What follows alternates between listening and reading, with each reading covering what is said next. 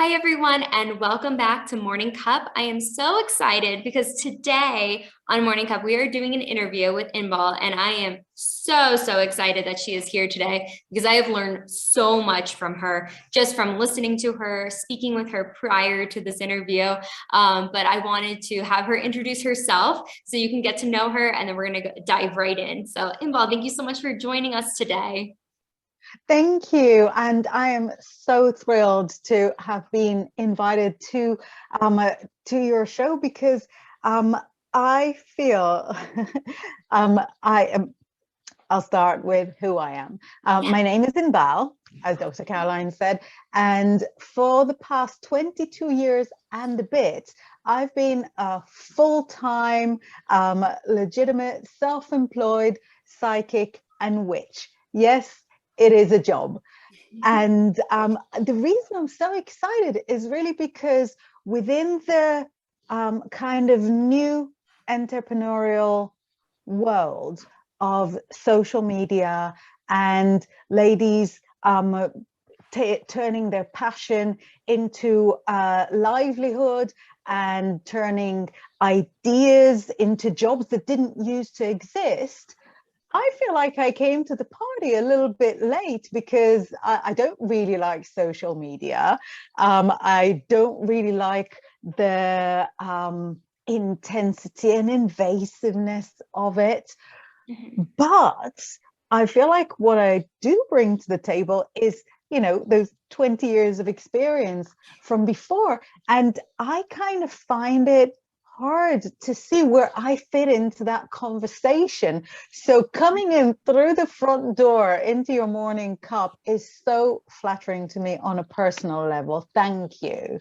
Oh, thank you so much for being here. It's always such a pleasure to talk with you, but the fact that you are such a wealth of knowledge and over 20 years of experience, just let alone, is massive. But I think too, there is that issue with social media of like what we put out there and having to navigate that. But it's so important to see different perspectives from Yeah. entrepreneurship, especially for what you do, because I don't think it's talked about enough. And people sometimes have misconceptions about it as well, or there's myths out there. And that's why I wanted to address it full on and like have your perspective of what you do and to share it with everyone else as well, because I think it's so important.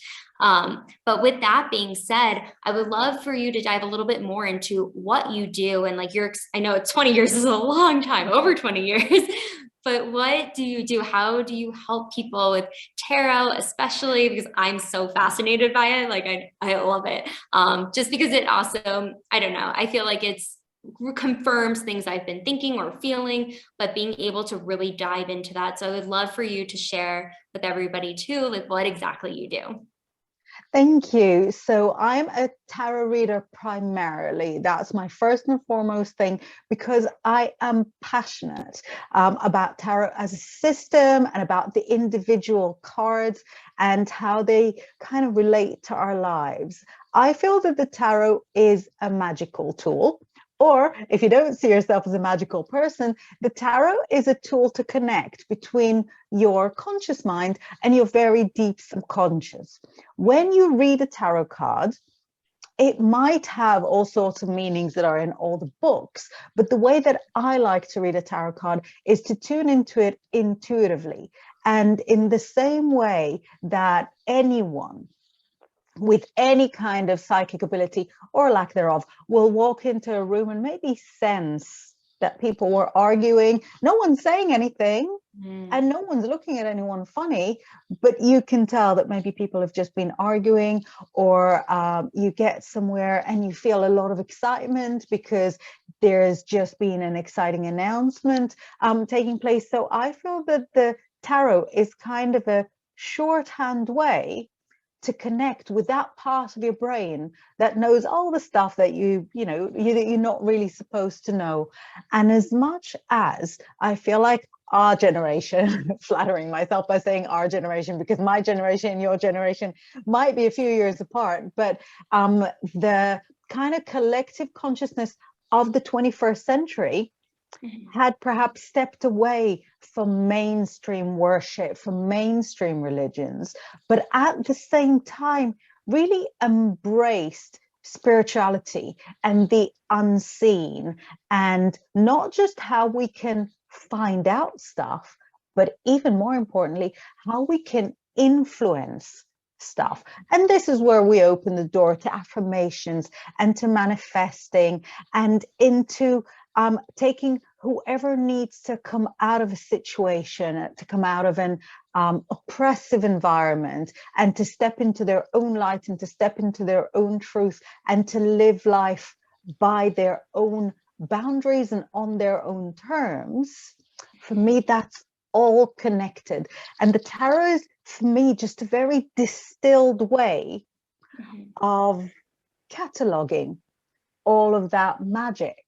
Or, you know, you don't have to call it magic if it sounds a little too freaky, but I really believe in miracles. I really believe in magic, and I like to share that belief, because I think that when you believe in magic, magic believes right back in you. Oh, I love that. Thank you. It's just so empowering too, because, you know, I think you brought up such a good point with the unconsciousness and how sometimes it's within us, but it's finding the right words or hearing it from a different perspective. But I do think it's psychology. It does open up the door to affirmations, and it's what we believe sometimes, and we can manifest things if we put our mind to it. But it's that psychological factor that if we don't believe in it, or we stop it, or it's just past experiences where we're like, well, no, this can't be true, even if it could potentially be based off of the energy that we're bringing at that time too. Just like we were saying, like you might have sensed a fight right before, but like because subconsciously our body like feels it, I think, before we can even vocalize it. I don't know if you agree with that, but I know that's like how I feel. 100%. I don't know enough about psychology to know exactly where those things correlate, but I know enough about people to know that those things definitely do.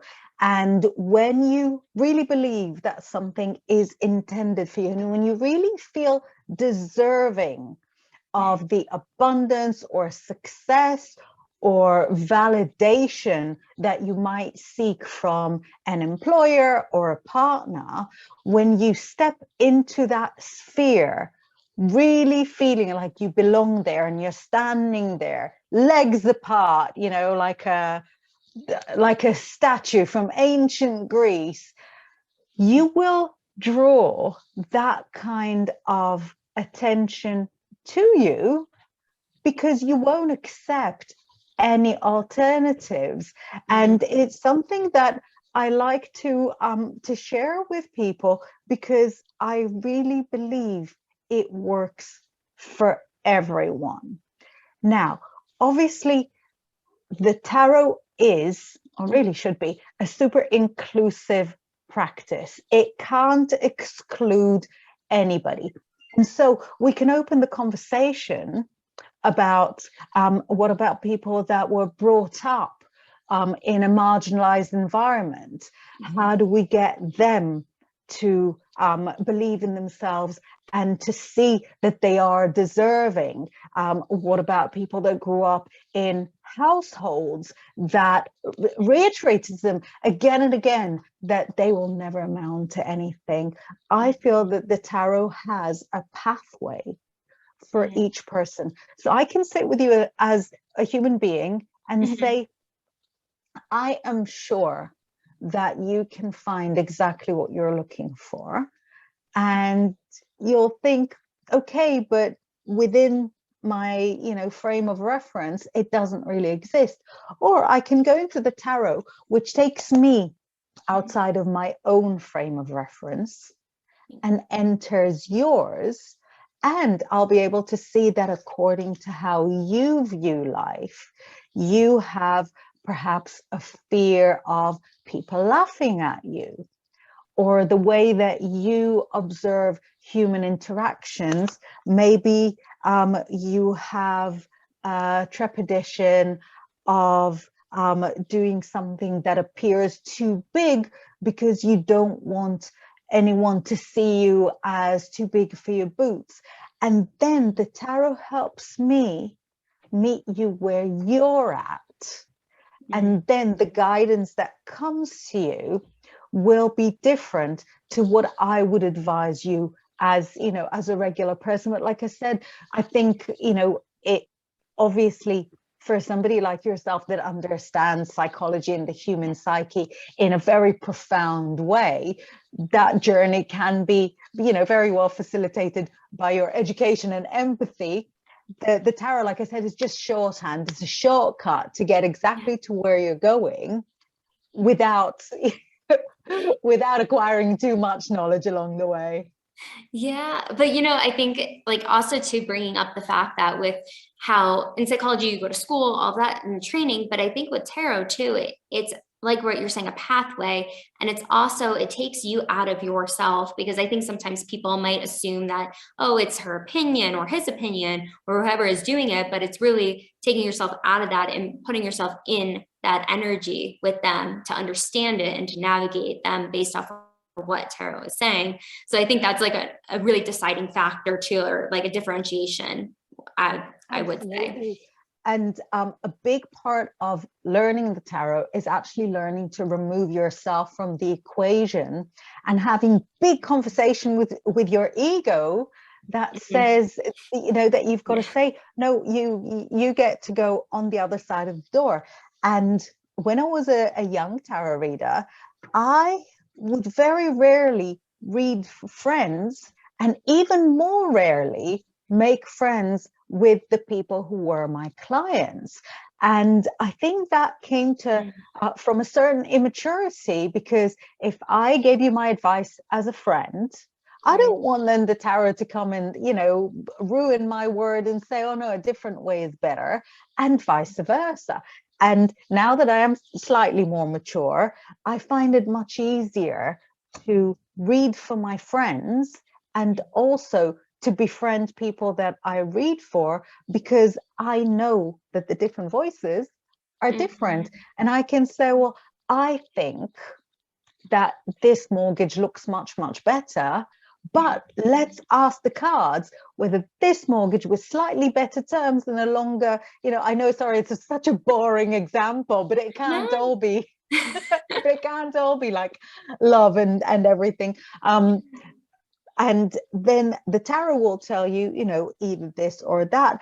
A good friend of mine from high school will sort of message me throughout the day and, just as friends.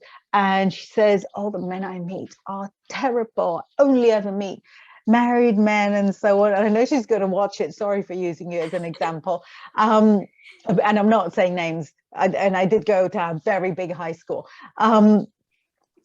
And when I'm reading it, it triggers me, because I think, well, that is negative and, you've got to be positive and everything. But when we sit down and I do a reading for her, it's totally different. And she says, only meet married men and they're no good for me. And the tarot will say to her, well, actually, that is part of your journey. And this is how you're learning to set boundaries in place so that when you meet the right person for you, he will honor your boundaries, because, and blah, blah, blah, blah, blah, not to reveal too much, but the ability to relate to a person, to each person in two different ways as a reader and as, as a regular person from the street is, and I don't know how to explain it, but is so satisfying. There's something so, I don't know, meaty about being able to kind of put myself to one side. There you go, regular Inbaal, go take a break. You like coffee, go have coffee. Now Inbaal, the reader, is coming in and she is wise. You're both wise in different ways, but no, in totally different ways. But I think that's great though, that you're able to separate it. And because I'm curious, how old were you when you had started reading tarot? Right. So I started reading tarot when I was 20 years old, in 1994. I lived in Greece at the time. And in Greece, you're giggling because in 1994, you were learning the alphabet. No, yeah. No, a little further. A little further down the line. And I was 20 and it was the first experience I had of anything spiritual. I come from a hugely unspiritual background, wake up at 6 a.m., at work at 7 a.m., work all the time. Afterwards comes family time. That was how my whole family operated. That's how they still operate. So I started reading at 20. And then when I was 25, a series of bizarre coincidences had conspired to just push me towards doing it full time. And it's very frightening. I was 25. I wasn't even in my own country. I wasn't even speaking my own language. I'm from Israel and I was living in London at the time. So I've got no no background, no what do you call it, no like national insurance, you know, if like the money stopped coming. So no background. I had 1 month's rent set aside, which I thought was super mature of me, but 1 month. Better than none. That's exactly what I thought. And since I was 25, that has been my job. And somehow it worked. And it worked because I gave myself no options. All I had was a month's rent. So I had to make it work. Yeah. And it did.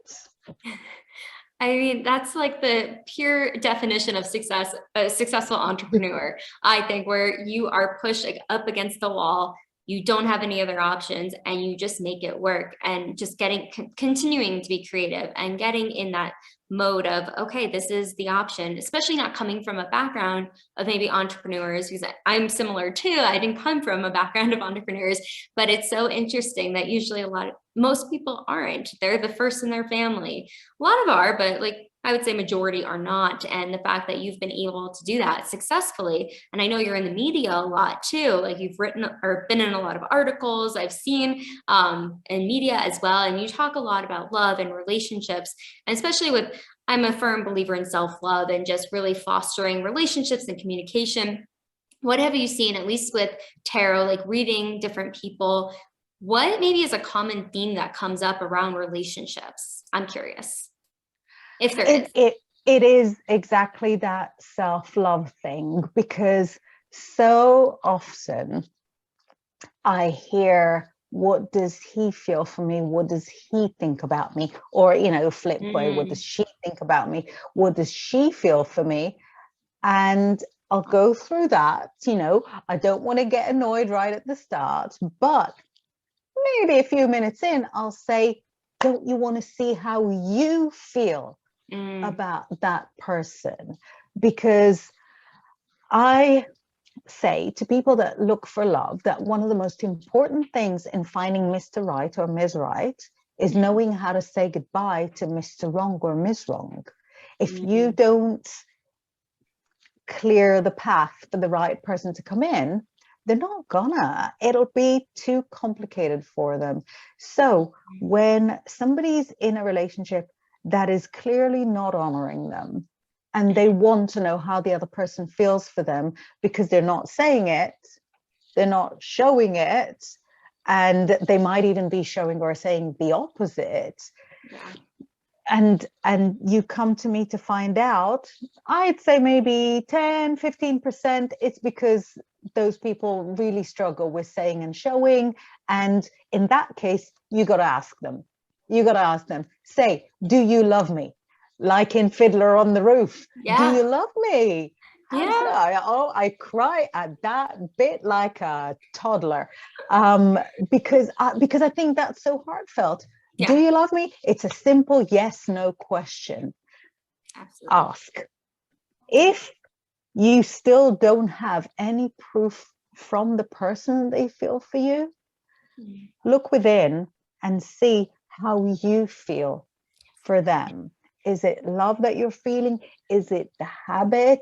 Is it the smarting pain of having someone indifferent to your affection and to your attention? So for me, probably the most common question is, how does he feel for me? And sorry, I just did a little smile because I'm thinking, well, that's something that has been different for me since social media, because now I get a lot more work questions. I say social media, also the economic downturn, but You know, maybe one caused the other. you never know.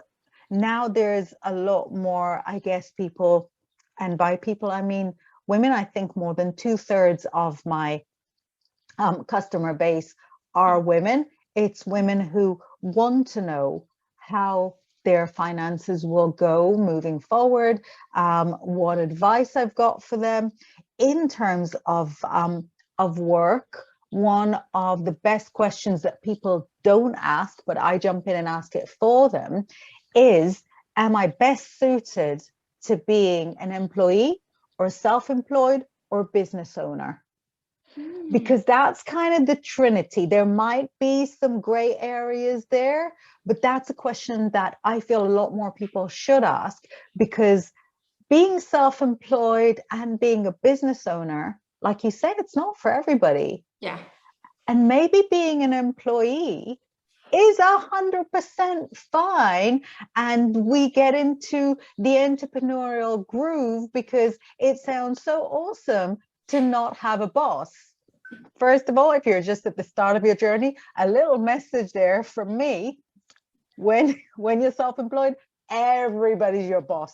So think about that. It's true. That's very true. I learned that the hard way. Exactly. And also no sick pay, no maternity pay, and you have to sort out your own pension. But that's pretty much the only downside.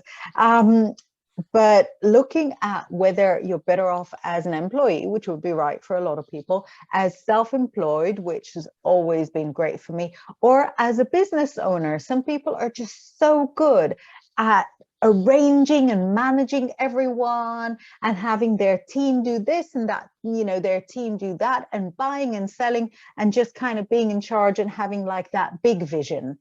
Mm-hmm. So some people are amazing at that. So for me, that would be kind of the opener question for business. Well, and I think too, it's being able to like navigate it. And I feel like, do you ever, like, even if the cards aren't saying anything right then and there, when you're asking the questions, do you intuitively, like what you were saying with the employed, self-employed business owner, do you get like questions, or do you ask like without them asking you those questions? Yes, I'm a very collaborative reader. So you ask me your questions, I'll answer them, and then I'll be, wait.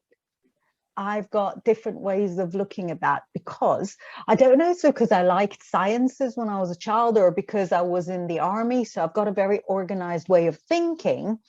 And when we look at different options, I also want to look at other, like you would if you're in a lab. So just yesterday, I'm sitting with one of my ladies who I mentor. So she is sorting her life out, but also learning how to read. And she was looking at 2 options, and then she thought of a 3rd option. And then I said, take one for none of the above. Take option D, secret option D. And what was really interesting is that we got a negative card for none of the above. So it means don't worry about none of the above, because one of the 3 options you're looking at is definitely the right one. So taking none of the options card to compare with actually gives you extra insight. I like to throw in my own questions, because that's when kind of regular person me comes into the conversation, because I think, well, you don't want to get up from off my desk before we covered all the different options. You don't want to have sat here for an hour and left some, a little bit uncovered. No, let's go through everything. I love it. I'm like, I need a reading. I need to book you. I'm always available. See that, everyone? She's always available. As long as you schedule it. But no, I'm so excited, because I do think it's just so great to hear different information and how like different options too, because sometimes we might be so stuck in a situation and not seeing maybe the whole perspective, or like there might be a great option that we just have no idea about because we're so focused on this like door that keeps closing and it's not opening up, when there's three other options or two other options or a hidden one. But I think that's like the beauty of it. It just gives you a different perspective. And it's being able to trust yourself, but also giving yourself a different lens. And I always say that because I think too, we can't get pigeonholed in certain aspects, and being able to broaden our horizons and just learning something new, because that's how we grow and evolve. Especially as entrepreneurs, we're always evolving and growing, and it's just a different way to look at it. And I think what's interesting in this, you know, this wonderful new world that we have, that anyone can be anything, is that there are a lot of options. So you want to narrow them down to the options that will benefit you, to the options that will suit you, to the options that will make you happy, and also to the options that will be great for you in the long run, because it is a marathon. It's a long run game. And I feel like the tarot is fabulous in that. First of all, there's 78 cards. So if you have 79 ideas of different things that you want to do, we'll just shuffle again later. But usually I think 78 would be enough. So we look at all the different options, and what you've got is not just yeses and nos. Each card has a whole world in it.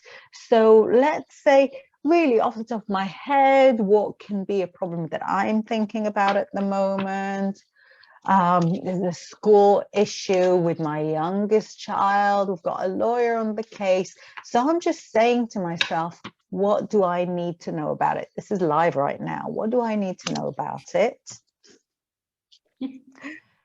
And this is the Hanged Man. Sounds scary, but no, it's all right. The Hanged Man, as you can see, he's hanging by the foot, so no one is dying here. He's not hanging by the neck, and he is chilling. He's only hanging by the one foot. So the Hanged Man comes when things are stuck.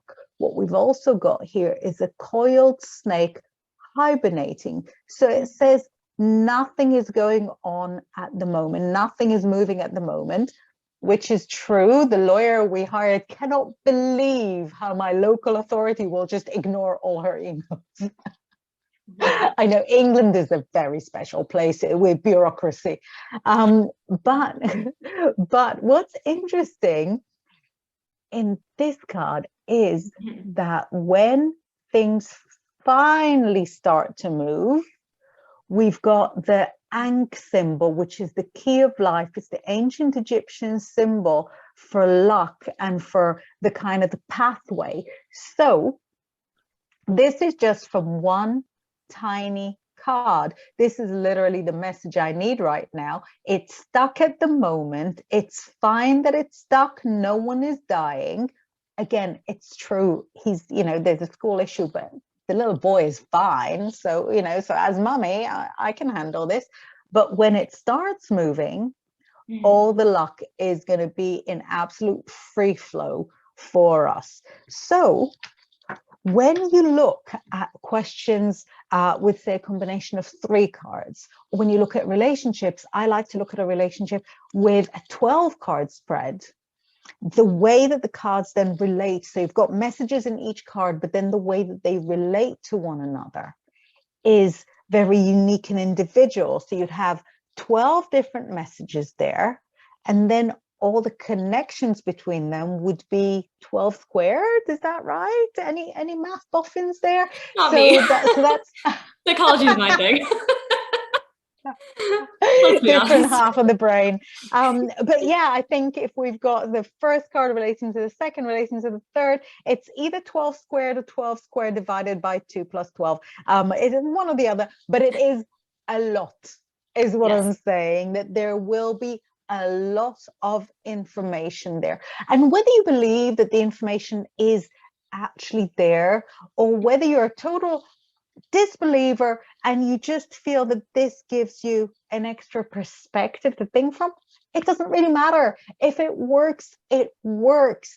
And, you know, a lot of times in like media interviews, you know, they have to be fair, which means asking difficult questions from people in alternative religions, but not necessarily asking difficult questions from people in mainstream religions. But, you know, that's how it goes. And I get asked, what do you say to people who don't believe in what you do? And I say nothing.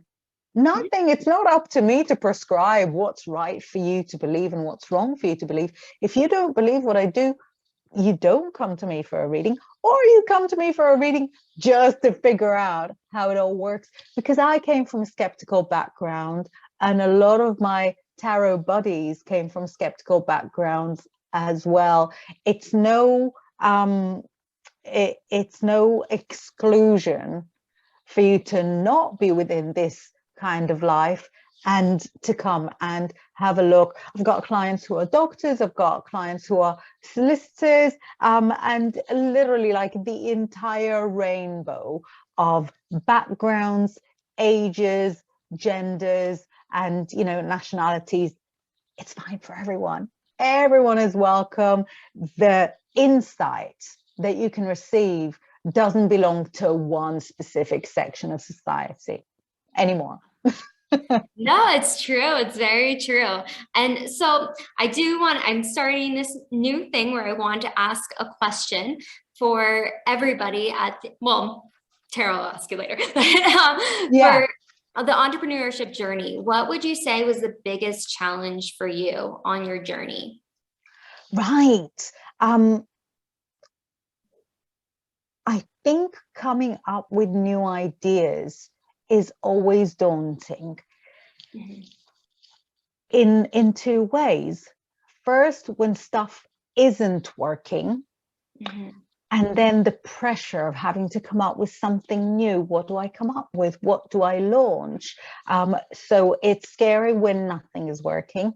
But the flip side of it is when things are working and you still can't rest on your laurels because the world changes and you change and grow as an entrepreneur, as a self-employed person, as a business owner, and you still have to innovate just to keep up with yourself and to keep up with what's going on. And I don't think of myself as a creative person by nature, but I kind of had to train myself into becoming a more creative person so that I can step away from the routine, whether it's a routine that works or a routine that doesn't work.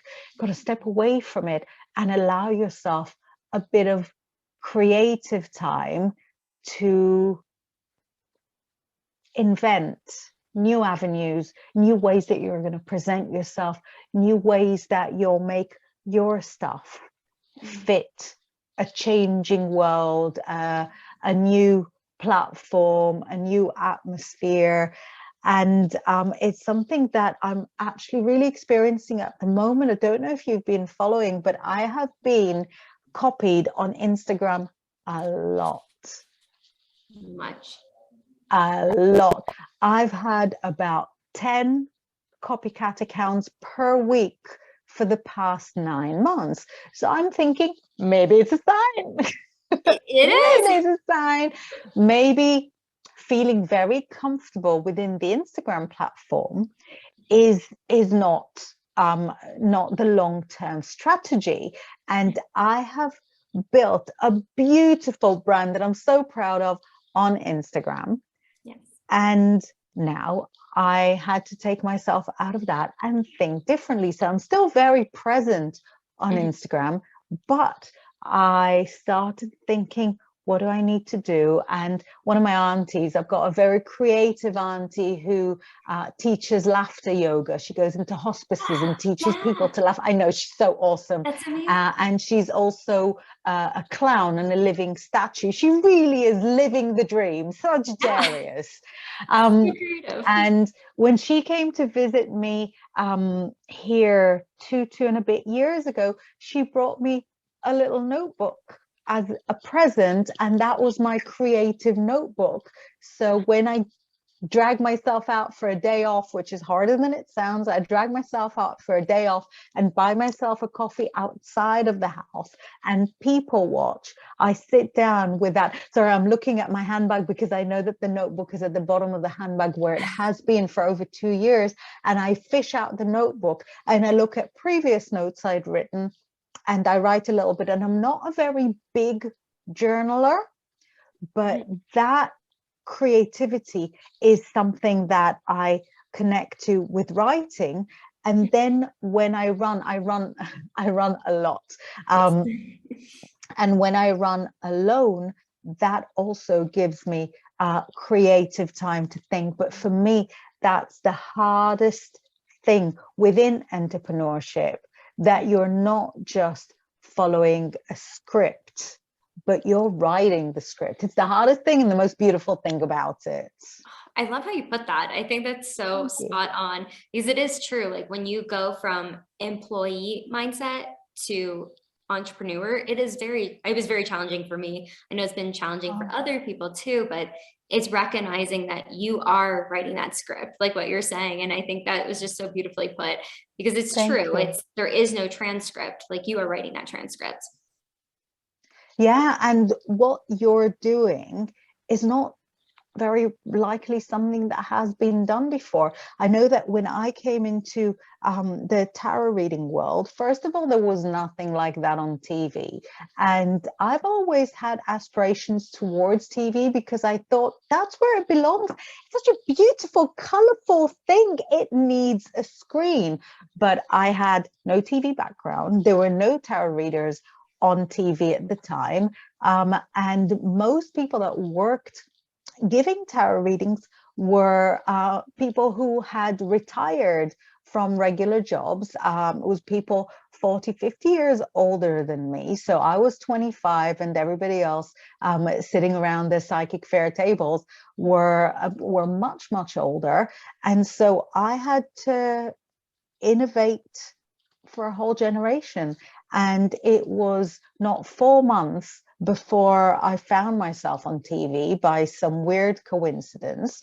And it was 4 years later that I started working on what was to become the first interactive psychic TV show on UK Sky TV, where people would ring up into the studio to receive readings. And I think that show, even though it was very small, it had a viewership of a few tens of thousands. It probably had the same viewership as your YouTube, but that was on a fully legitimate TV channel. So it was a tiny viewership for something that was was digital at the time when there was still terrestrial TV. And I feel like that tiny channel has made a huge difference, because psychics weren't a thing that you talk about and never see. Psychics weren't a thing that was just a plot point in a book that you're reading. Psychics were suddenly in your living room. You could turn the channel and see them right there. Look at them. They look like regular people. I wonder what they do in their real jobs. No, dude, that is the real job. And so it had to be created pretty much from scratch. And through the channel, all of a sudden, by then I was 30, but other people who were 22 and 25 came on, and it was suddenly something that you could do. And I feel like what's going on within the entrepreneurial world right now kind of correlates to that, because business coaches were very few and far between. You would get corporate business mentors, but you wouldn't get somebody that works with an entrepreneur and helps them dispel the myths and get over the fears and jump forward. I think there's a lot of jobs that weren't even a thing 20 years ago and are a thing now. And so all of those people and all of those communities are creating something out of nothing. And that is beautiful to me. It is. It just shows how we're all evolving and really being able to go on our own journeys, but stepping into that power, stepping in and aligning ourselves with our true purpose and our soul purpose and everything along those lines as well. So I do want to ask you, I mean, I feel like I could continue to talk to you and I want to, but I know time is precious. So I just want, last question is, where can people find you so they can connect with you? So please let us know. I'll add it to the links below as well.